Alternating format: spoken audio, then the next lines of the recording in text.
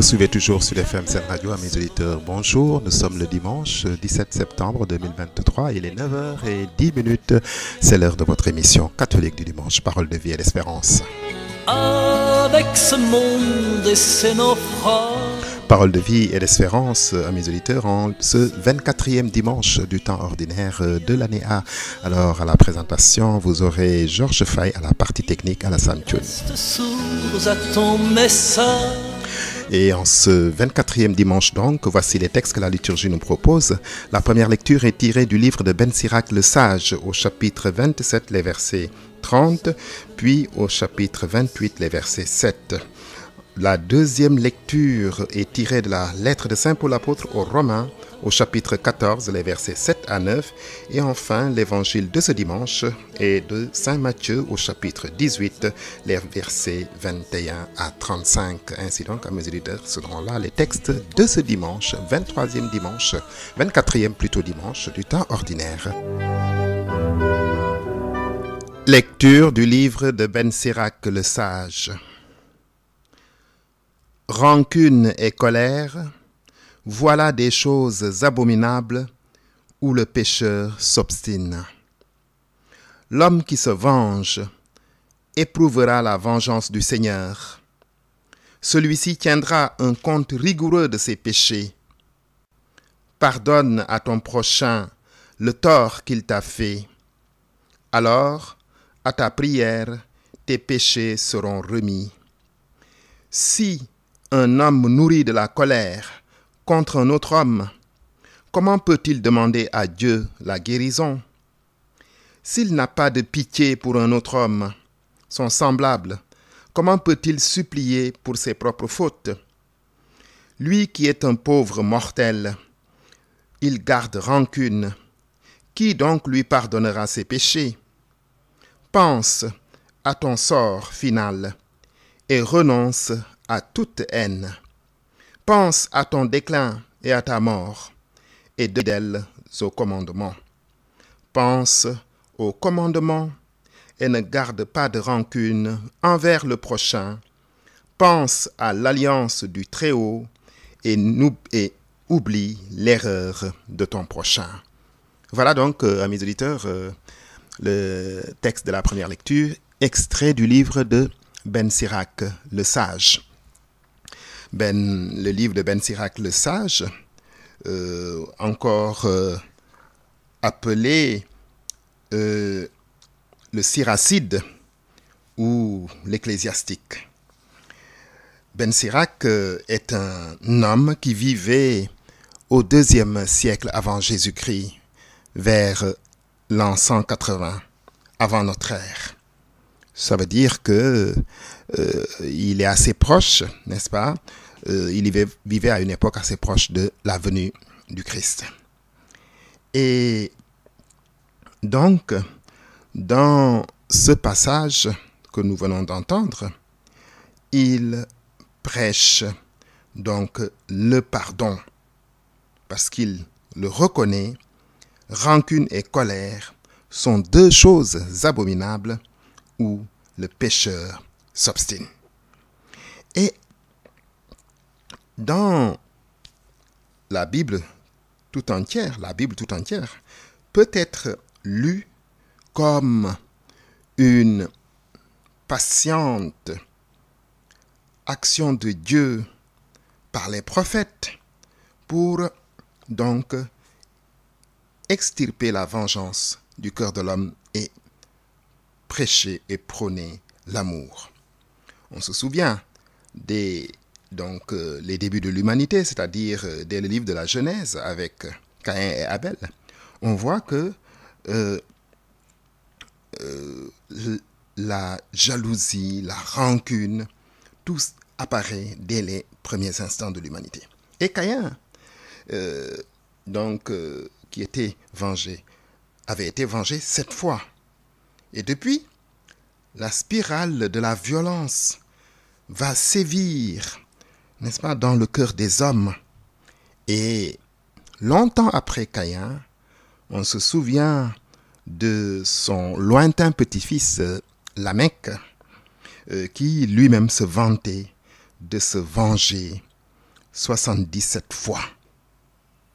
Et plus tard, cette tendance va être inversée. En tout cas, les auteurs bibliques vont tenter d'inverser cette tendance. Là où on était enclin à la vengeance, ils vont prêcher le pardon et l'amour du prochain. Prêcher donc l'indulgence, notamment. Et dans le passage que nous venons d'entendre, Ben Sirac dit effectivement, il avance un certain nombre d'arguments. Voilà, il avance un certain nombre d'arguments. D'abord, il demande de penser à l'alliance du Très-Haut. Parce que Dieu, depuis qu'il a conclu la première alliance, a vu les hommes donc violer cette alliance, ne pas la respecter. Et Dieu, par l'intermédiaire des prophètes, a multiplié les alliances avec les hommes. Jusqu'à ce que, avec le Christ, eh bien, il scelle avec l'humanité une alliance nouvelle et éternelle. Mais avant, bien entendu, eh bien, il a fait preuve de patience. C'est pour ça que Ben Sirac dit à l'homme qui se venge, pense à l'alliance du Très-Haut et sois indulgent pour qui ne sait pas. Le deuxième argument, c'est pense au commandement et ne garde pas de rancune envers ton prochain. Or, que disent les commandements? Il disait, et Jésus nous les a bien résumés, tous les commandements se ramènent à un seul. N'est-ce pas? Tu aimeras le Seigneur Dieu, ton Dieu, et tu aimeras ton prochain. Tu aimeras ton prochain comme toi-même. Et aimer son prochain comme soi-même, cela implique évidemment, dans certaines circonstances, de savoir pardonner. Troisième argument avancé par donc Ben Sirac pour convaincre le pécheur de pardonner, il dit « Pense à ton sort final et renonce à toute haine, pense à ton déclin et à ta mort. » Il nous ramène ainsi à notre propre petitesse. Qu'est-ce que l'homme? Disait même Pascal. Un néant en face de l'infini. Donc, si nous songeons à notre sort final, c'est-à-dire que notre sort final, c'est la mort. Si nous pensons qu'un jour nous allons mourir, si nous savons qu'un jour nous deviendrons poussière, alors nous devons comprendre le caractère éphémère de l'existence et notre petitesse, et ainsi donc éviter de garder rancune. Nous sommes poussière. Qui sommes-nous donc pour juger les autres? C'est une manière ici de nous rappeler que nous allons comparaître devant donc la justice de Dieu. Et alors, notre petitesse s'étalera au grand jour. D'après Ben Sirac d'ailleurs, c'est à cause de notre petitesse et de notre fragilité, n'est-ce pas, que Dieu nous traite avec indulgence. Si Dieu ne pardonnait pas les fautes, qui de nous subsisterait? Si Dieu se vengeait, si Dieu, à chacun de nos péchés, eh bien, nous infligeait une punition, mais qui de nous subsisterait? Et donc, puisque, comme le dit Ben Sirac, quand nous avons péché, nous demandons pardon à Dieu, comment voulons-nous que Dieu nous pardonne si nous ne voulons pas pardonner à notre prochain? Et donc, le Seigneur est patient avec les humains et répand sur eux sa miséricorde. Il voit et sait combien leur fin est misérable. La finalité de l'homme. C'est pourquoi il pardonne sans compter. L'homme, n'est-ce pas, a pitié de son prochain. Le Seigneur, lui, a pitié de toute créature. C'est ce que nous dira Ben Sirac aussi. Alors, que penser de cette phrase de Ben Sirac? L'homme qui se venge éprouvera la vengeance de Dieu. Étant entendu que Dieu ne se venge jamais, comme je viens de le dire. Le mot vengeance ne convient pas pour Dieu. Et Dieu n'est que miséricorde. Voilà. Cette phrase exprime en vérité ce que sont nos vies. À savoir que nos petits pas, dans la logique de la miséricorde, préparent nos cœurs à accueillir la miséricorde de Dieu. Inversement, nous sommes incapables d'imaginer même et de goûter la miséricorde de Dieu tant que nous nous refusons à la moindre attitude de miséricorde envers les autres. Si effectivement nous voulons que Dieu exerce sa miséricorde sur nous, nous devons avoir aussi de la miséricorde envers le prochain qui nous a fait du tort ou qui nous a fait du mal. Et enfin, pour les chrétiens, il faudrait peut-être bien méditer ce que nous disons dans le Notre Père. Quand nous récitons le Notre Père, nous demandons à Dieu de nous pardonner nos péchés, nos fautes, nos offenses. Pardonne-nous nos offenses, comme nous pardonnons aussi à ceux qui nous ont offensés. Voilà, en quelque sorte, amis auditeurs, ce qu'il faut retenir de ce passage donc, du livre de Ben Sirac le sage. Impossible de se réclamer de Dieu et de l'Alliance, d'obtenir le pardon de ses propres péchés, quand soi-même on ne pardonne pas aux autres qui sont nos frères. Alors je rappelle à mes auditeurs que vous suivez votre émission catholique du dimanche sur Sud FM Sen Radio, Parole de vie et d'espérance.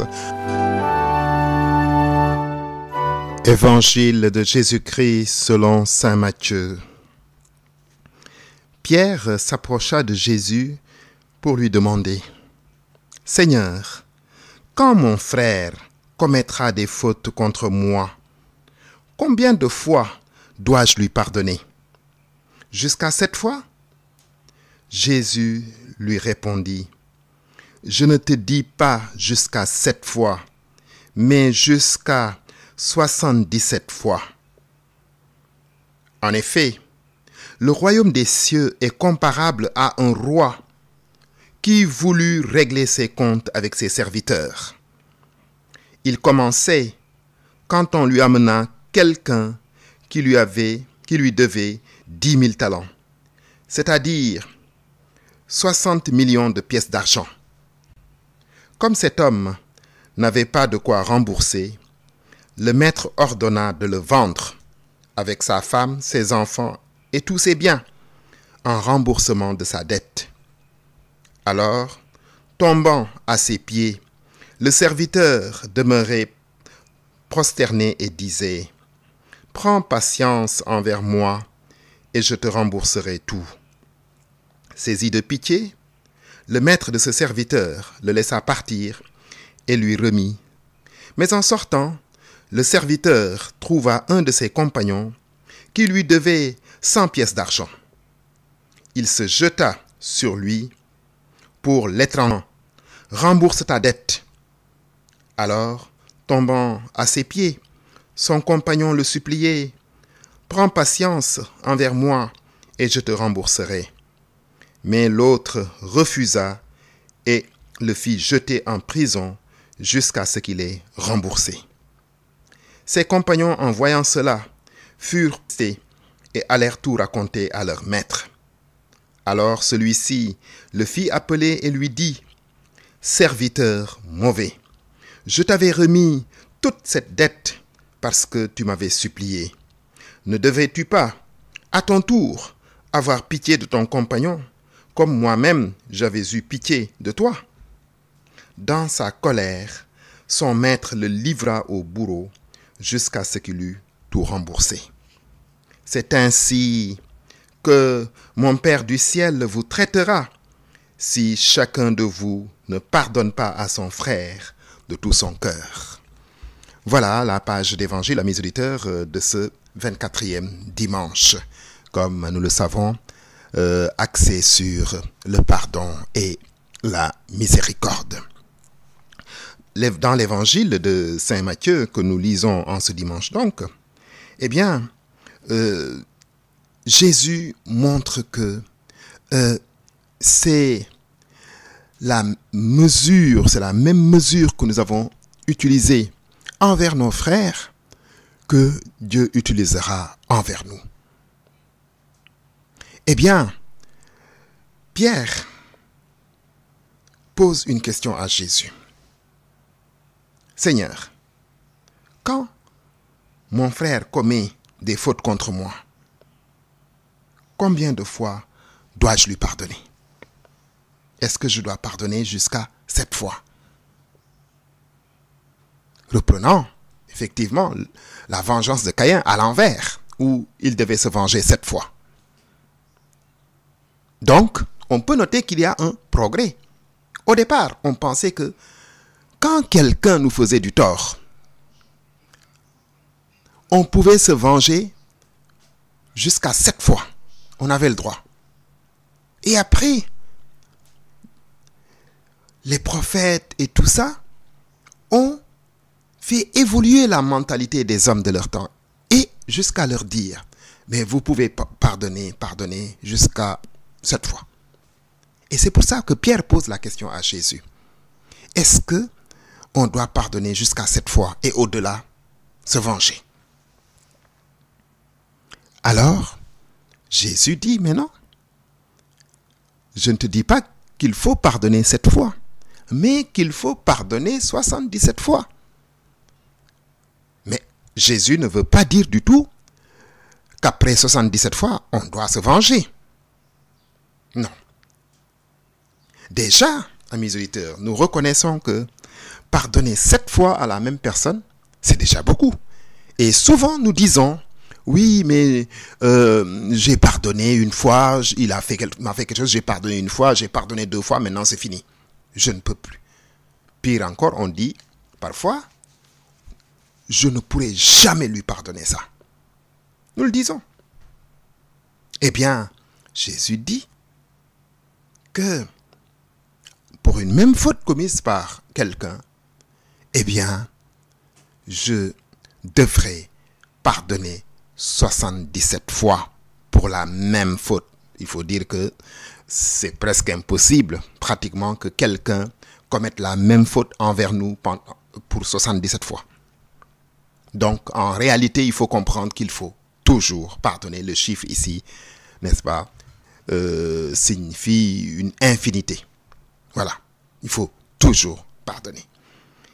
Et pour faire comprendre cela aux apôtres, parce que c'est Pierre qui lui pose la question, au nom certainement de ses camarades, disciples, Jésus donc va dire une parabole. Et il dit que le royaume des cieux est comparable à l'histoire de cette parabole. C'est celle d'un roi qui voulait régler ses comptes avec ses serviteurs. Et il appelle quelqu'un qui lui devait beaucoup d'argent. On nous dit 60 millions de pièces d'argent. Et l'homme, bien sûr, qui est un serviteur, n'a pas de quoi payer. Alors le roi décide de le vendre comme esclave avec sa femme, ses biens, ses enfants et tout le monde pour essayer de rentrer dans ses fonds. Mais le serviteur, n'est-ce pas, tombe à ses pieds, le supplie de lui donner le temps nécessaire pour tout rembourser. Alors le roi a pitié de lui. Et donc, non seulement, n'est-ce pas, le laisse partir, mais même lui pardonne tout ce qu'il lui devait comme argent. Et c'est cet homme qui, en sortant, rencontre un autre serviteur qui lui devait 100 pièces d'argent. Toi, on t'a pardonné pour 60 millions de pièces d'argent. Et tu ne peux même pas pardonner pour 100 pièces d'argent. Alors, le serviteur n'ayant pas de quoi payer, il le fit jeter en prison. Le roi apprend cela, le fait convoquer et décide effectivement, lui à son tour aussi, de le jeter en prison jusqu'à ce qu'il ait tout remboursé. Pourquoi? Parce qu'il lui dit, moi, j'ai eu pitié de toi, je t'ai pardonné. Eh bien, tu devais faire la même chose envers ton prochain. Et la morale, ici, la leçon de morale que Jésus donne, c'est ainsi que votre Père qui est aux cieux vous traitera si chacun de vous ne pardonne pas à son frère de tout son cœur. En fait, ce roi symbolise Dieu. Ce roi dont parle Jésus dans la parabole, il symbolise Dieu. Pour que nous obtenions tout le temps le pardon et la miséricorde de Dieu, nous devons nous efforcer de pardonner. Parce que pardonner, ce n'est pas facile. Il est plus facile de se venger que de pardonner. Oui, il est plus facile de se venger que de pardonner.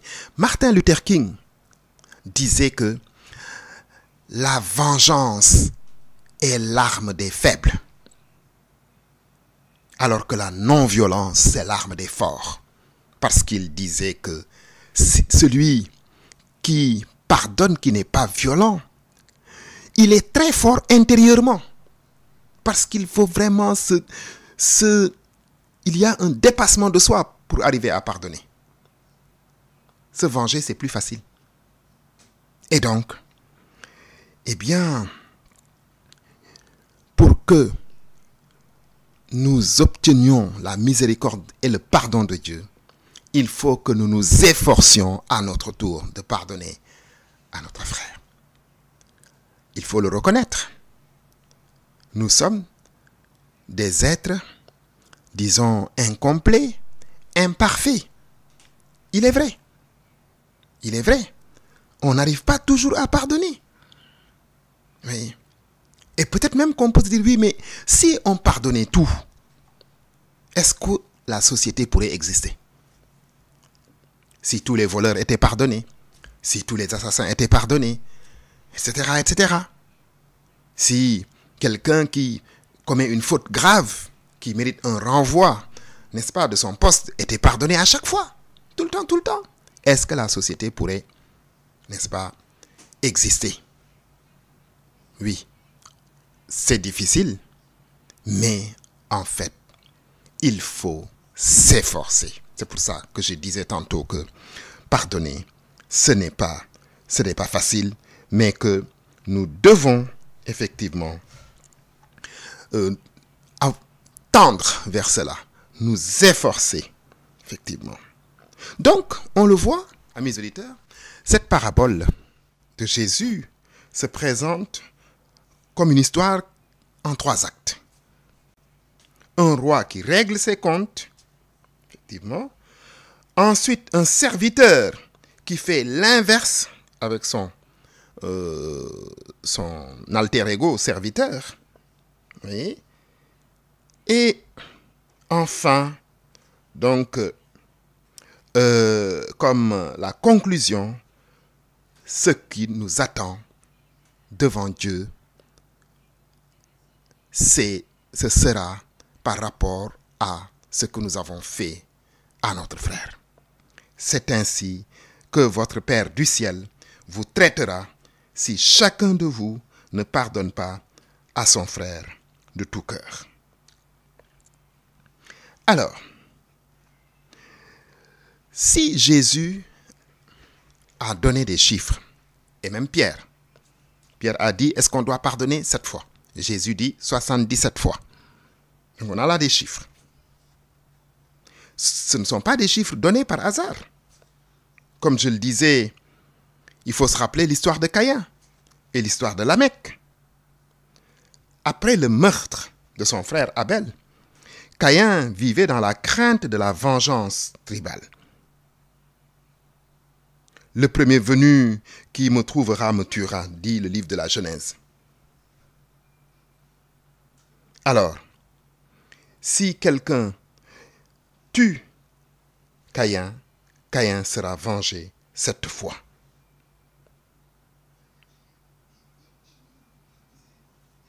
Et donc, 5 générations plus tard,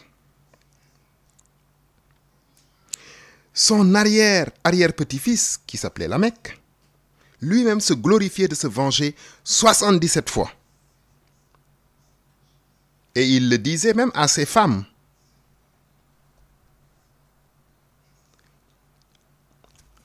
Il disait à ses femmes, l'une s'appelant Ada et l'autre Silla. Il disait, « Entendez ma voix, épouse de Lamech. Écoutez ma parole. Pour une blessure, j'ai tué un homme. Pour une meurtrissure, n'est-ce pas, j'ai tué un enfant. Caïn sera vengé 7 fois et Lamech 77 fois. En d'autres termes, pour une simple blessure, je tue un homme. Pour une simple meurtrissure, je tue un enfant, mais si quelqu'un me tue, je serai vengé 77 fois. Dit-on dans le livre de la Genèse. Mais Jésus veut nous montrer que le pardon de Dieu n'a pas de limite. Dieu ne dit pas, oui, mais celui-là, il pêche trop, voilà, je lui ai assez pardonné et je l'attends la prochaine fois. Dieu ne dit jamais ça. Sa miséricorde est infinie. Le pardon de Dieu ne connaît pas de limite. Et tout au long de l'histoire biblique d'ailleurs, il va inviter l'humanité à se libérer de cette spirale de la violence. Cela commence par la loi du talion, qui était déjà considérée comme un progrès, surtout par rapport à Lamech et à la vengeance de Lamech et de Caïn. Que dit la loi du talion? La loi du talion dit œil pour œil, dent pour dent. En réalité, on ne comprend pas toujours, puisque c'est une formule que nous utilisons souvent pour faire croire que, bon, on va se venger, on va rendre coup pour coup. Mais la loi du talion était déjà considérée comme un progrès. Avant la loi du talion, on pouvait se venger autant de fois qu'on le souhaitait quand on était offensé. C'était permis. Quelqu'un m'a offensé, je peux me venger autant de fois que je veux. Avec la loi du talion, on dit mais non, tu ne dois pas te venger autant que tu veux. La vengeance doit être proportionnelle, n'est-ce pas, à la faute. Si on t'a crevé un œil, tu n'as pas le droit de crever 2 yeux. Parce qu'avant la loi du talion, c'était possible. Si on t'a crevé un œil, tu n'as pas le droit de crever 2 yeux, tu n'as le droit de crever qu'un seul œil.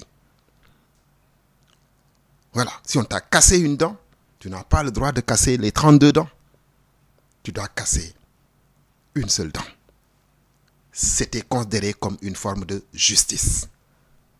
Mais Jésus dit non, cette loi du talion, elle est insuffisante. Il faut dépasser cela. Il faut un pardon sans limite. Oui. Il faut un pardon sans limite. Il a dit, vous avez entendu, on vous a dit, œil pour œil, dent pour dent. Moi, je dis effectivement, ne vous vengez jamais. Pardonnez. Quand on vous gifle sur la joue droite, tendez la joue gauche. Voilà. Donc, il y a un progrès. En prenant le contre-pied de la chanson de Lamech, Jésus invite Pierre et ses disciples, les disciples, à franchir l'étape définitive. Parce qu'il y a eu plusieurs étapes. On pouvait se venger 77 fois. Ensuite, on a dit œil pour œil, dent pour dent, ce qui était plus juste. Et enfin, Jésus dit, allons jusqu'au bout du pardon, c'est-à-dire l'étape décisive, définitive, c'est-à-dire toujours pardonner. Un pardon sans limite, tel que lui-même l'a fait sur la croix. Il a pardonné à ses bourreaux. Parce que le pardon du Christ, comme le pardon de Dieu, ne connaît pas de limite.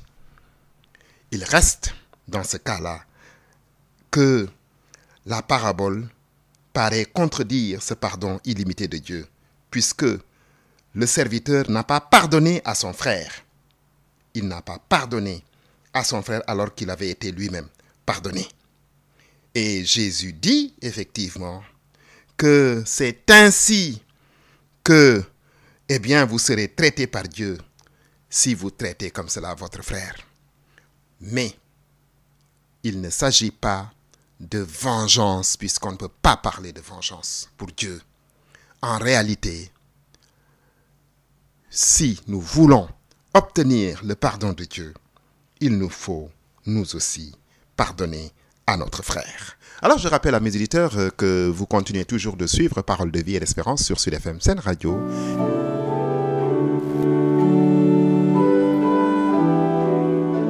Lecture de la lettre de Saint Paul apôtre aux Romains.